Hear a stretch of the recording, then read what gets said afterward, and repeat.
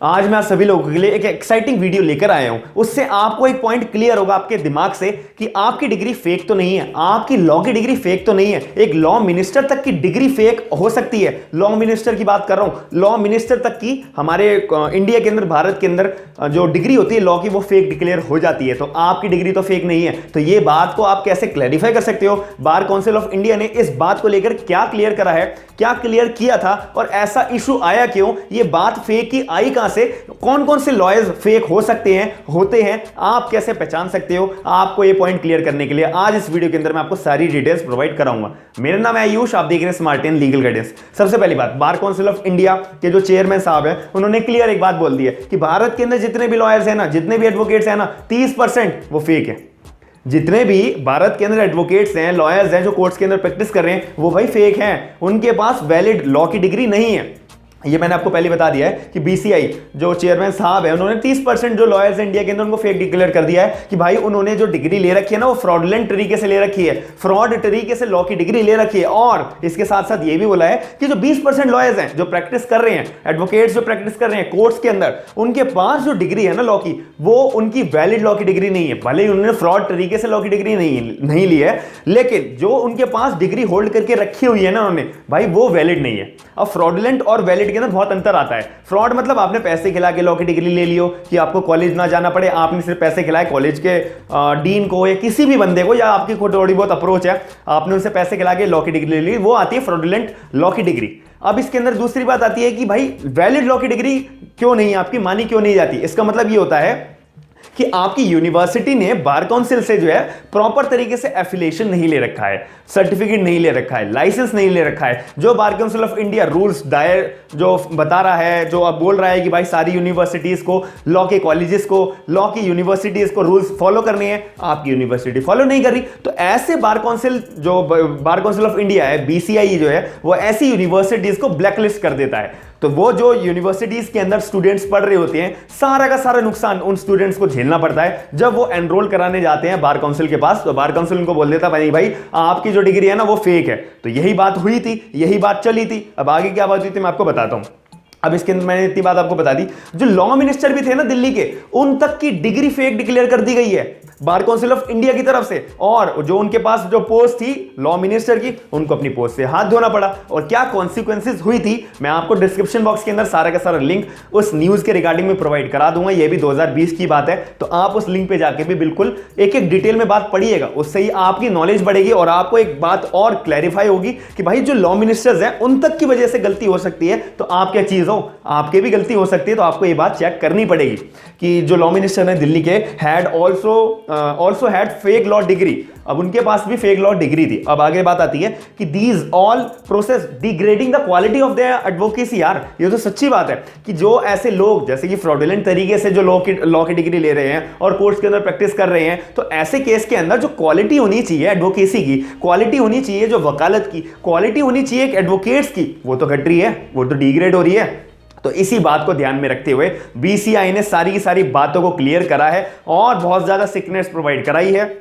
अब आगे एक बात आती है कि अब इसके अंदर एक मेन पॉइंट आता है। मैंने फ्रॉडुलेंट तरीके से जो बात बताई थी आपको अभी वीडियो के स्टार्टिंग में, जो पैसे खिलाकर जो ऐसे करता है, लॉ की डिग्री अपनी लेके रखता है और कोर्ट के अंदर प्रैक्टिस करता है, तो उनके ऊपर क्या क्या चार्जेस लगा सकते हैं। तो इस बात से मैं आपको क्लियर कर देता हूं। एक तो उनके ऊपर चीटिंग का चार्ज लग सकता है, जो सेक्शन 420 ऑफ आईपीसी के अंदर हमारे को क्लैरिफाई करा हुआ है, या फिर 467 का चार्ज लग सकता है कि फॉर्ज करके जो वैल्यूएबल सिक्योरिटीज हैं, आप उसके जैली वैल्यूएबल सिक्योरिटीज जो है वो बना रहे हो, 467 का जो आईपीसी का चार्ज लग सकता है। एक 471 का चार्ज लग सकता है कि आप जो जेन्युइन फॉर्मेट होता है लॉ की डिग्री का उसको यूज कर रहे हो, तो ये भी आपके ऊपर चार्ज लग सकता है 471 का। या फिर आपके ऊपर एक और चार्ज लग सकता है अबेटमेंट टू कॉन्स्पिरेसी, तो चार्ज भी आपके ऊपर लग सकता है, जो हमारे को सेक्शन 120 बी ऑफ आईपीसी के अंदर बता रखा है। इन सारे के सारे चार्जेस के बाद कोर्ट आपके ऊपर 7 साल तक की इंप्रिजमेंट यानी कि 7 साल तक की जेल आपके ऊपर लगा सकती है। साथ ही में एक और सेक्शन होता है जो हमारा सेक्शन 45 है, जो क्लैरिफाई करता है कि भाई अगर कोई भी इलीगल तरीके से कोर्ट के अंदर प्रैक्टिस कर रहा है, भले ही वो एडवोकेट नहीं है, इस जैसे कि आप दिल्ली के अंदर एनरोल्ड हो और आप जा रहे हो भाई दूसरी स्टेट के अंदर एडवोकेट एज एन एडवोकेट वहां पे प्रैक्टिस कर रहे हो, तो वो भी इलीगल माना जाता है। अगर आप ऐसा करते हो तो आपको सेक्शन 45 के तौर पे आपके ऊपर 6 महीने तक की जेल आपको हो सकती है और जुर्माना भी आपके ऊपर लगाया जा सकता है। जिस जगह पर आप ऑथोराइज नहीं हो उस जगह पर आप प्रैक्टिस नहीं कर सकते। अगर करते हो तो फिर आपको कॉन्सिक्वेंसेस फेस करनी पड़ेगी, सेक्शन 45 का चार्ज आपके ऊपर लगाया जाएगा। लेकिन अगर आप जाली तरीके से, फ्रॉड तरीके से डिग्री लेते हैं तो आपके ऊपर तो भाई ये सारी चार्जेस लगेंगे, 7 साल तक की आपके ऊपर सजा हो सकती है अगर आपके ऊपर ये सारी की सारी बातें प्रूव हो जाती हैं तब। अब इसके अंदर एक बात आती है कि भाई ये बात उठी कहां से, ये इशू आया कहां से। जो मैंने आपको वीडियो के स्टार्टिंग में बताया था उसी का ही मैं जवाब आपको देने वाला हूं कि ये हुआ कैसे। सबसे पहले 1961 के अंदर जब एडवोकेट एक्ट पास हुआ था तो उस केस के अंदर जितने भी लॉ कॉलेजेस थे, जितनी भी यूनिवर्सिटीज थी, सबके ना लॉ डिग्री प्रोवाइड कराने के अपने अपने रूल्स थे, लॉ के सिलेबस को प्रोवाइड कराने के अपने अपने रूल्स थे। कोई भी कोड ऑफ कंडक्ट नहीं होता था, किसी भी तरीके का रूल्स जो एक ऑर्गेनाइजेशन को प्रोवाइड कराने चाहिए, जो सारी की सारी ऑर्गेनाइजेशन सारी यूनिवर्सिटीज को गवर्न करेगी, ऐसा कोई भी रूल नहीं था। तो इसी वजह से जिस टाइम पे एडवोकेट एक्ट पास हो रहा था, हो चुका था, होने वाला था 1961 के टाइम पर, तो उस केस के अंदर हर एक यूनिवर्सिटी के अपने रूल्स थे। कोई भी यूनिफॉर्म रूल्स नहीं होता था, कोई भी कोड ऑफ कंडक्ट नहीं होता था, कोई भी मूट कोड का सिस्टम नहीं हुआ करता था कि ताकि जो यूनिवर्सिटीज में बच्चे पढ़ रहे हैं उनको अवेयर तो रहे कि एज एन एडवोकेट हमारे को कोर्ट के अंदर क्या क्या बातें ध्यान में रखनी पड़ती हैं। तो इसी वजह से जो बीसीआई ने पार्लियामेंट में जाके सारे के सारे रूल्स अप्रूव कराए कि हम बार काउंसिल ऑफ इंडिया एक ऑर्गेनाइजेशन है, हमारे को जो है अपने पर्सनल एक रूल्स बनाने पड़ेंगे ताकि सारी की सारी यूनिवर्सिटीज को हम गवर्न कर पाए। तो इसी वजह से बार काउंसिल ऑफ इंडिया ने पार्लियामेंट से तुरंत रूल्स जो है गवर्न करा लिए थे, अप्रूव करा लिए थे। इसके बाद बार काउंसिल ने साफ बोला कि हम जो है सारे के सारे कॉलेजेस को इंस्पेक्शन चालू कर रहे हैं कि जितने भी कॉलेजेस हमारे रूल्स फॉलो नहीं कर रहे, हम बार काउंसिल होने के नाते जो रूल्स बना रहे हैं, जो कॉलेजेस हमारे बार काउंसिल के रूल्स जो यूनिवर्सिटीज फॉलो नहीं कर रही है, हम उनके ऊपर फेक चार्ज लगाएंगे। वो हम उन यूनिवर्सिटीज को फेक बोलेंगे, फेक लॉ डिग्री वो प्रोवाइड करा रही है। हम उनको ये बोलेंगे जितने भी स्टूडेंट्स उस यूनिवर्सिटीज में पढ़ने वाले हमारे पास आएंगे एनरोल कराने के लिए एज एन एडवोकेट, हम उनको जो है एनरोलमेंट नहीं करेंगे और उनकी लॉ की डिग्री फेक डिक्लेयर कर देंगे। ये बात आपको ध्यान में रखनी है। ये बार काउंसिल ने साफ साफ अपने रूल्स के अंदर ये बात बोली थी।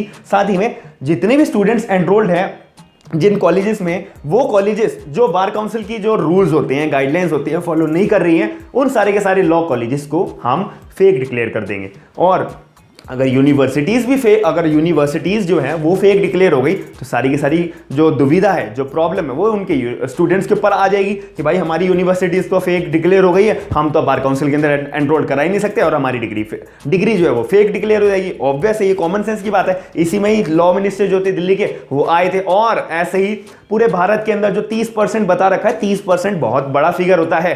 यानी कि 100 लॉयर्स अगर हैं, 100 में से 30 बंदे तो फेक हैं और 70 बंदे जो लॉयर्स हैं, एडवोकेट्स हैं, वो बिल्कुल रियल एडवोकेट्स माने जाएंगे। अगर जो लोग हैं, जो मेजॉरिटी है, एक कोर्ट के मेजॉरिटी के अंदर 30% के पास ही ज्यादातर केस आते हैं, तो इसका मतलब वो सारे के सारे फेक लॉयर्स हैं। उनके पास कोई भी वैलिड लॉ की डिग्री नहीं है, जो बहुत गलत बात है और जो क्वालिटी होनी चाहिए एडवोकेसी की, उस पर बहुत ज्यादा असर पड़ रहा है।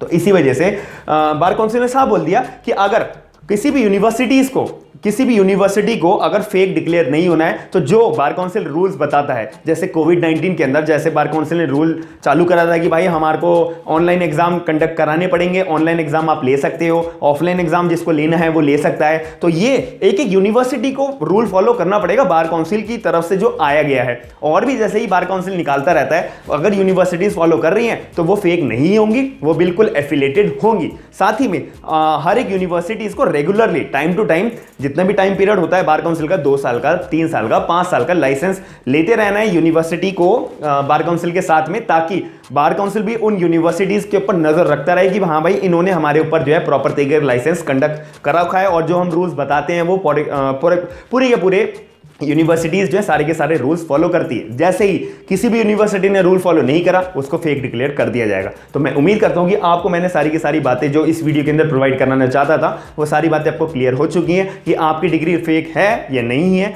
ऐसी क्या बात आई थी, क्यों अराइज हुआ था और आपको क्या क्या बातें ध्यान में रखनी पड़ेगी कि आपकी यूनिवर्सिटी फेक है या नहीं है, जिस यूनिवर्सिटी में आप पढ़ रहे हो। तो इस वीडियो के माध्यम से आपको सारी बातें क्लियर हो गई होंगी। मैं उम्मीद करता हूं कि आपको अगर वीडियो पसंद आती है या अगर आपको कोई भी डाउट होता है तो आप मेरे को कमेंट सेक्शन में जरूर बताइएगा और लोगों को अवेयर जरूर करिएगा वीडियो को शेयर करके। अगर पसंद आती है तो लाइक जरूर करिएगा और चैनल को सब्सक्राइब जरूर करिएगा। थैंक यू, धन्यवाद।